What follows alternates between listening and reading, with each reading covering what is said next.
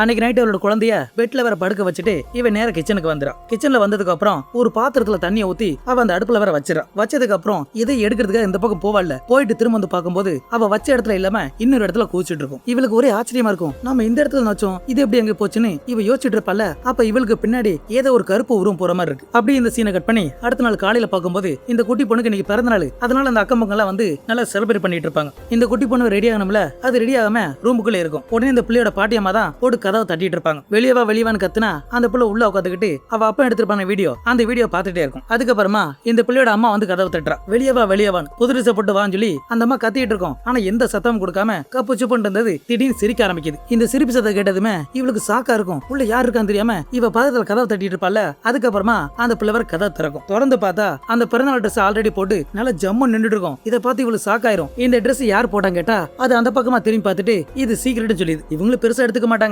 அதுக்கப்புறம் எல்லாரும் கொண்டாடிட்டு இருப்பாங்க.